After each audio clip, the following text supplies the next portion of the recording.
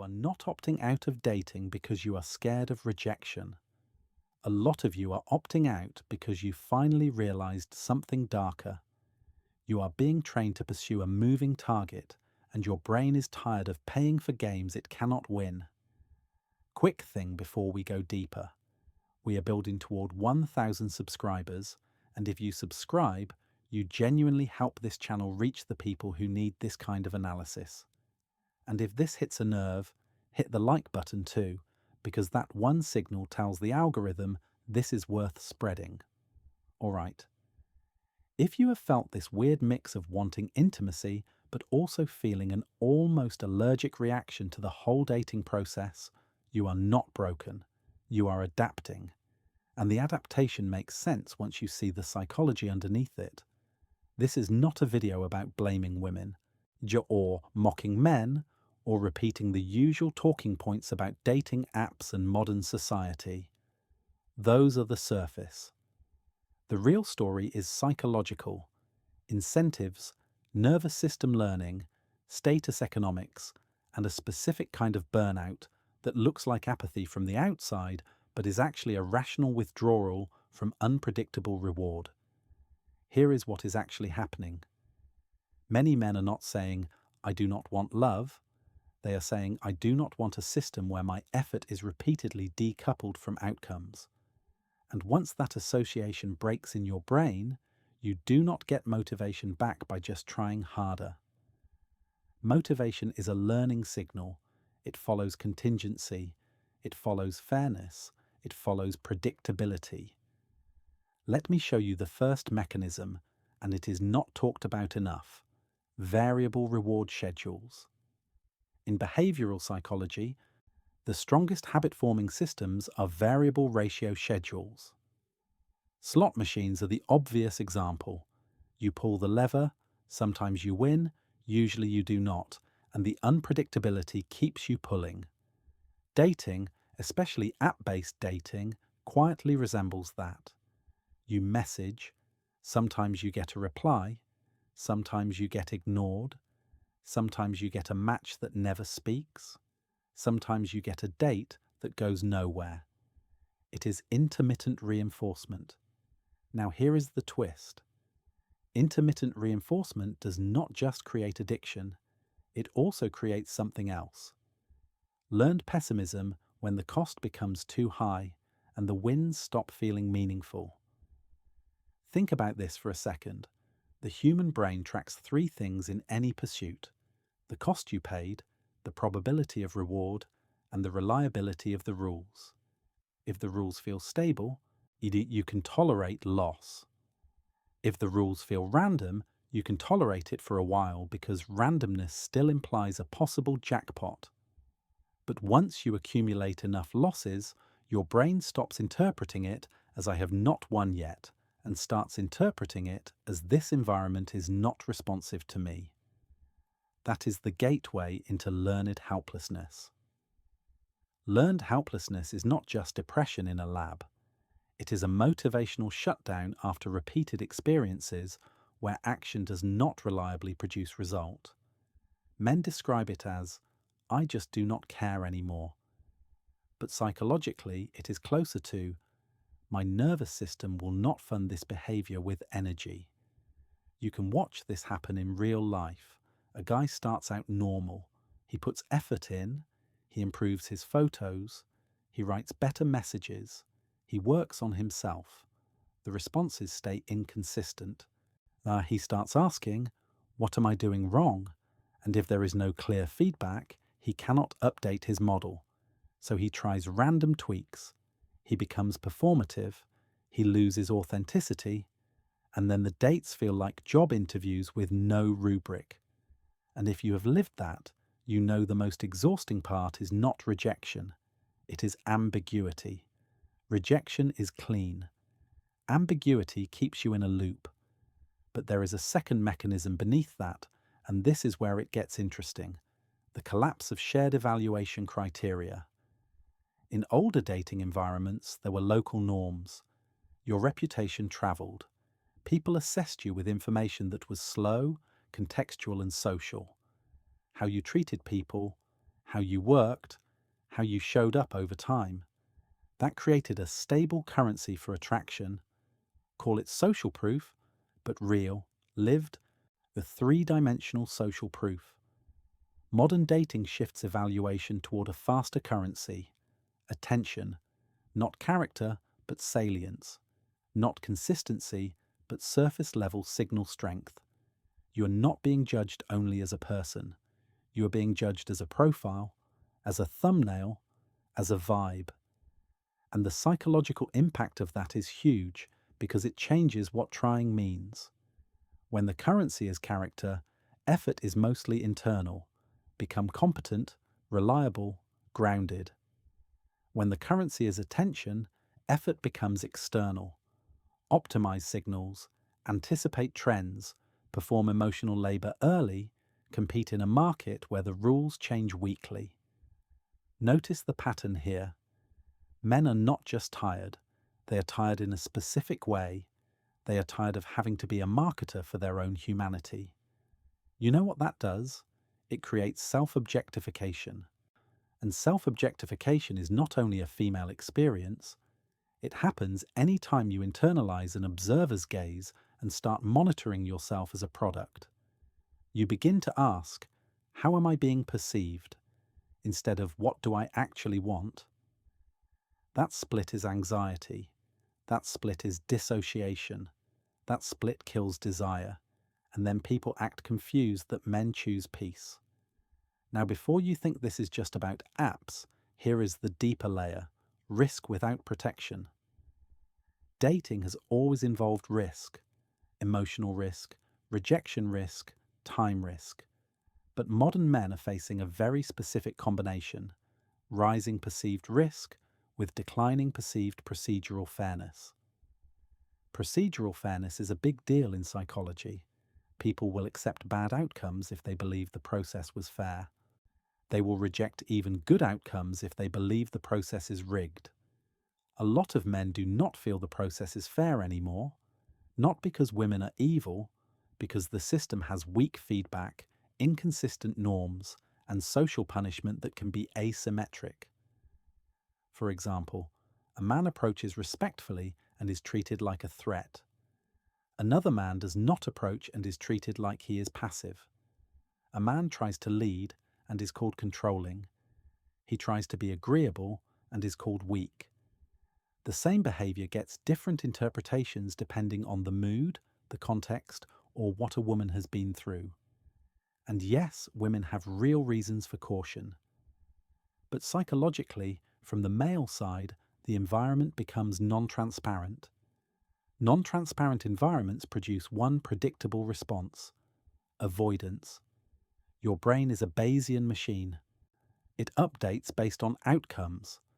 If the outcome distribution feels unpredictable and the downside feels costly, the rational move is to reduce exposure. That is what opting out often is. Risk management. But you might be thinking, okay, if men want connection, why not just keep trying with better strategy? Here is why that often does not work. You cannot strategy your way out of nervous system exhaustion. When your brain repeatedly prepares for threat, it starts conserving. You see this in social anxiety, in burnout, in PTSD. Not the same severity, but the same logic. After enough arousal, the system shifts into shutdown. That is the dorsal vagal response. Numbness, apathy, withdrawal. Not laziness, protection. Now watch the next layer, because this is the part most people miss. Opting out is also about status, but not the way the internet talks about it. There is a concept in social psychology called status inconsistency.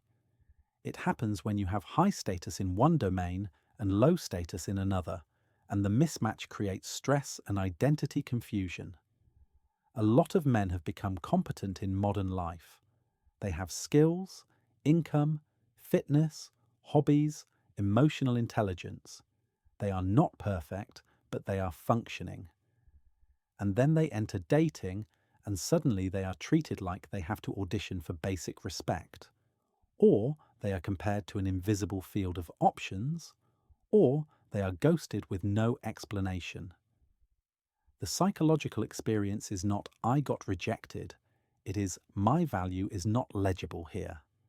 And when your value is not legible in a domain, you either obsess and overcompensate, or you disengage and reallocate your effort to domains where competence actually pays. Work, gym, friends, solo travel, business, games, anything with clear rules. That is not immaturity, that is reinforcement learning. Stay with me, because the next part flips the entire moral framing of this conversation. A lot of commentary treats men opting out as a personal failure or a cultural pathology. But what if it is actually the system producing a predictable equilibrium? What if opting out is not a crisis, but a signal that the market has become too inefficient for one side to participate at scale? Here is the midpoint reframe. The dating economy is suffering from what economists call adverse selection, and psychologically it punishes the exact traits people claim they want. Adverse selection is when a system drives away high-quality participants because the costs of participation are too high relative to the expected value, leaving behind a pool that is less representative and often more dysfunctional. In dating, men who are stable, respectful, and long-term oriented often have the most to lose from chaotic environments. They do not want endless texting. They do not want to compete for attention. They do not want social drama. They want clarity. So they disengage. And who stays? Men who enjoy the game. Men who are desensitized to rejection. Men who treat it like a numbers grind. Men who are better at short-term charm than long-term reliability. So the very act of a large number of decent men opting out changes what women experience. It concentrates the remaining male pool toward extremes, and then everyone concludes the other side is the problem. But the system created the sample bias. Now here is where it gets counterintuitive again. The biggest driver of opting out is not women's standards. It is the loss of mutual trust in signaling. Signaling is how humans communicate value under uncertainty. In healthy environments, signals are costly and therefore honest. Showing up consistently is costly. Being kind when nobody is watching is costly. Investing in community is costly. But online, signals become cheap and manipulable. You can fake a lifestyle in photos. You can copy-paste charisma. You can perform vulnerability. You can curate a persona. Women adapt by demanding stronger signals. Men adapt by optimizing signals rather than building substance. Then women become more skeptical. Then men become more performative. It is an arms race. And arms races do one thing to the human psyche. They destroy the sense of home. Dating starts to feel like surveillance, like everyone is scanning for red flags while quietly hiding their own. And when two nervous systems meet in that state, you do not get intimacy. You get negotiation. Let me make it concrete. A lot of men tell me some version of this. I go on a date, and I can feel myself being evaluated for what I can provide. And I can also feel that I am evaluating her for whether she will be safe for my life. Not safe like physical safety. Safe like, will she weaponize vulnerability? Will she punish honesty? Will she respect boundaries? Will she escalate conflict? Again, not because women are monsters, because modern culture has taught everyone to protect themselves with preemptive suspicion, and suspicion is contagious. So men opt out because the emotional contract feels unclear. The cost is real. The rules are blurry. The feedback is inconsistent. And the reward, even when it comes, does not always feel worth the psychological toll. Now, I want to give you the unified model because otherwise this is just interesting analysis. Here is the meta pattern. Men are opting out when dating stops functioning like a relationship pathway and starts functioning like a status performance platform. A relationship pathway is built on progressive disclosure. You start small. You gain trust through repeated, low-stakes interactions. Both people learn the other's patterns over time. The nervous system relaxes because the environment is predictable. A status performance platform is built on rapid judgment, high stakes early, low context, high comparison, metrics, attention, optionality. When dating becomes a platform, it triggers what psychologists call social evaluative threat. That is one of the strongest activators of cortisol. It is the feeling of being judged by a group and not knowing how to repair your standing. It is the same category of stress as public speaking, humiliation, or being socially excluded. If you live in that threat long enough, you do not become better at dating. You become emotionally narrower. You stop expressing. You stop risking. You stop pursuing. You protect. So what do you do with this practically? If you are a man listening to this and you recognize yourself, you do not try to win the platform harder. You change the environment you are trying to bond inside of. You prioritize contexts where signals are naturally costly and therefore honest. Communities, skill-based groups, friend networks, places where you can be observed over time, not to manipulate, to restore the human pace that intimacy requires. Second, you rebuild contingency in your own brain. You set a rule. I will only invest where there is reciprocal effort, not reciprocal desire, because desire is allowed to be uncertain early. Reciprocal effort, response, initiation, follow through. Because those are the basic signals that the environment is responsive. Third, and this is the hardest one, you stop outsourcing your self-respect to outcomes, not in a motivational poster way, in a learning way. You measure yourself by process metrics you can control. Did I communicate clearly? Did I choose someone aligned with my values? Did I leave when the rules got disrespectful? That restores agency. Agency is the antidote to learned helplessness. And if you are a woman listening, there is something important here too. When you see men withdrawing, do not assume it is misogyny or laziness by default.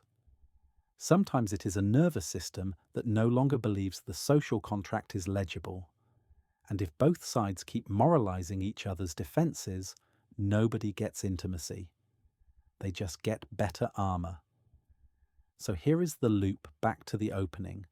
You are not opting out because you cannot handle rejection.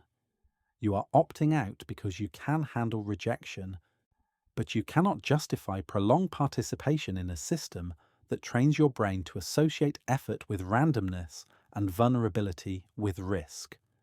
And once you see that, you get your power back because you stop arguing with yourself. You stop calling it weakness. You call it information. Pay attention over the next week. Where in your life are you still investing energy into systems with unclear rules and weak feedback and calling it hope? Because dating is just one place this shows up. If this changed how you see the whole conversation, I would actually love to hear what you have noticed in the comments, especially the moment you started feeling the shutdown. And remember this line, because it is the real takeaway. People do not quit love. They quit environments that make love feel unsafe to pursue.